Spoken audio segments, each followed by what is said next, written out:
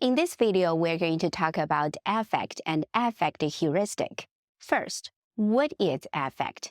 Affect is an inclusive term for emotions, mood, feelings, and emotion-related traits. When you stand at a crossroads and decide your next path, what drives that decision? Often, it's not just logic or facts, but something deeper, something visceral, your emotions, feelings, or moods. We call this affect. Feelings are internal subjective states that are known only to those who have them.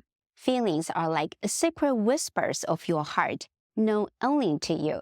But emotions are bodily and mental states that manifest through behavior. They are the dramatic actors of your inner world. They strut on the stage of your life, visible through your expressions, gestures, voice modulations, even the changing hues of your complexion. When you receive an unexpected promotion, your heart is brimming with joy, and you can't help but flash a wide grin. That's your emotion of happiness, taking center stage, visibly expressing itself through that infectious smile. When you are handed a piece of devastating news, you feel your heart sink. Your voice trembles as you try to speak. That's your emotion of sadness, observable through the unsteadiness in your voice. Remember those romantic moments when a simple glance from someone special can make your cheeks flush a rosy red. That's the emotion of attraction or love, coloring your complexion in response to the one who's stolen your heart. Imagine you are about to deliver a speech in front of a large crowd. Your hands might be slightly trembling, and there is a jittery feeling bubbling inside you. You feel your heart beating like a drum, your breath becoming a bit shallow. As you approach the stage, your feet may feel like they are made of lead, each step heavier than the last. You reach the podium, clear your throat, but your voice seems to waver a little as you begin speaking. Even as you try to appear composed, the dryness in your mouth and the slight crack in your voice betray your inner emotional state. Emotions are detectable and can be observed through facial expression, such as smiling when you are happy, body language, such as slamming the door when you are angry, vocal tones, such as trembling voice when you are afraid, and skin color, blush when you are attracted to someone. Mood is a temporary state of mind or feeling.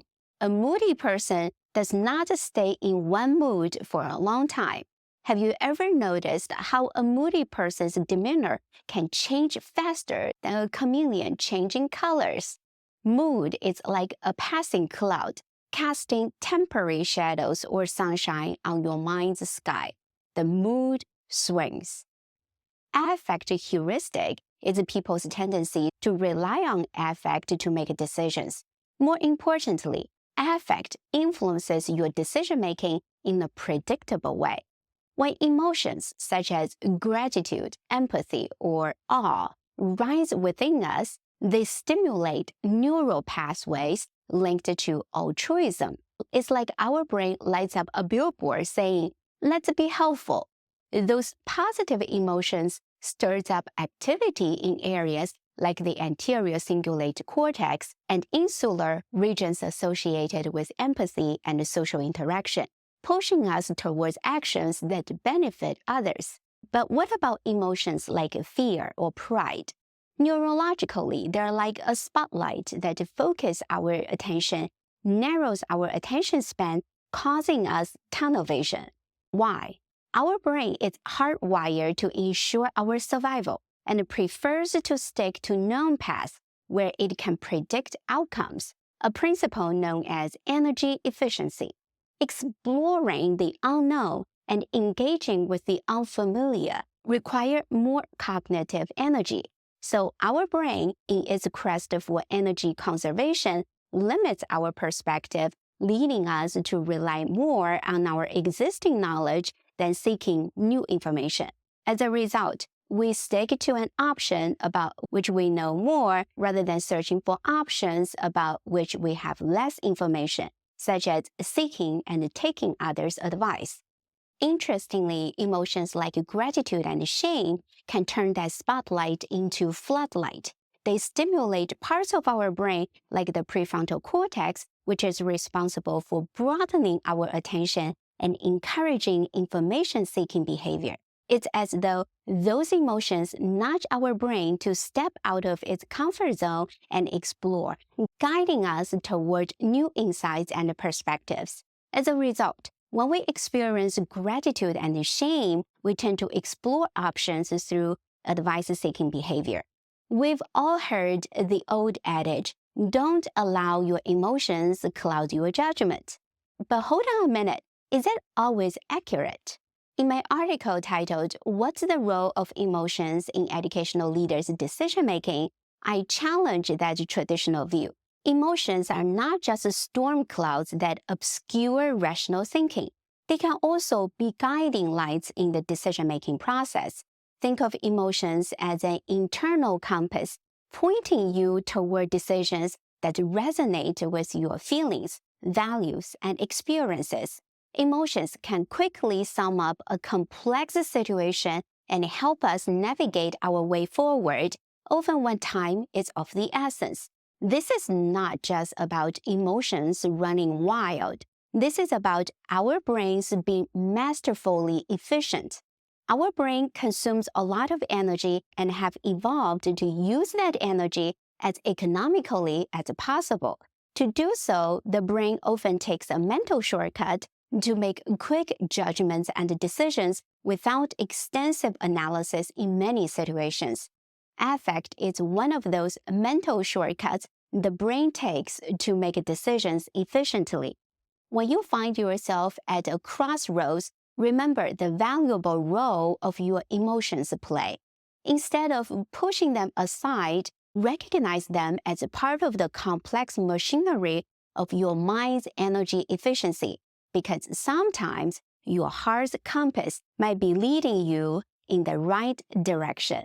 Have you ever found yourself captivated by a story of indomitable spirit triumphing over immense challenges? Let's admit it, we are all attracted to those emotionally charged narratives. Imagine you are part of an interview panel, selecting a new department head. Amid many applicants, one stands out. The candidate shares stories of struggle and victory that touch your heart. It's easy to get swept away by the emotional current, so much so that you might overlook the key aspect, competency. Fast forward a year later, your golden candidate has lost his allure. Turns out the stories were rich, but the substance, not so much. Let's switch scene to a heated political campaign. Have you ever noticed that candidates seeking political office often lean heavily into emotionally charged issues like gun control, healthcare, or abortion? Why?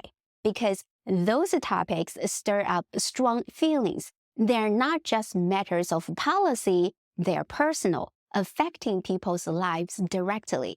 Emotions contains the word emotion. That's because emotions move us. They propel us into action. If a candidate can evoke powerful feelings, they can galvanize the public to act and to vote.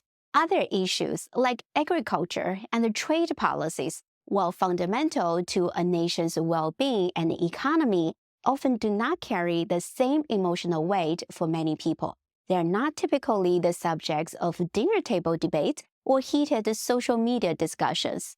That's why they might not command the same spotlight. So next time you watch a political speech, keep an eye out for this strategy. Remember, when a candidate touches the emotional chords of their audience, they are not just sharing a political agenda, they are delivering a powerful narrative designed to move hearts and minds and ultimately motivate people to cast emotionally charged votes.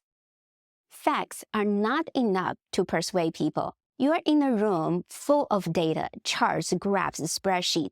Let's assume all data are accurate. Are they enough to persuade you? Not always. The effectiveness of persuasion often hinges on emotional engagement of our audience. In times when emotions are at a low ebb, statistics can indeed make a difference. They provide clear, quantifiable evidence. But when the emotional tide rises, it's the stories that grab the spotlight. People are likely to be convinced of the effectiveness of Program X or Practice Y when they're exposed to anecdotal stories of how Program X saves 100 lives and Practice Y boosts 100 employees' morale. Cold, hard data are less powerful than emotionally arousing stories to persuade people. And it's not just you. FDR understood this. During the banking crisis of the 1930s, he did not just bombard people with numbers and legal jargon. No, he told stories that painted vivid, relatable pictures. A mason working on a new building, a girl behind a counter, a farmer tending his field. Beware though, the affect heuristic can also lead us down a slippery slope. Dislike for a person or group can distort our perception of their policies, causing us to oppose them wholesale, not by careful evaluation of each of their policies, but by our underlying dislike for that person or that group. This is the power of our emotions and our instinctive judgments. So, as we navigate our social environment, it's important that we are aware of this emotional mental shortcut we take. Recognizing the sway of the affect heuristic helps us step back, challenge our assumptions, and strive for a more nuanced understanding. After all, it's in those intricate details that the truth often resides. As we've been exploring, emotions and feelings or affect are integral to our decision-making processes.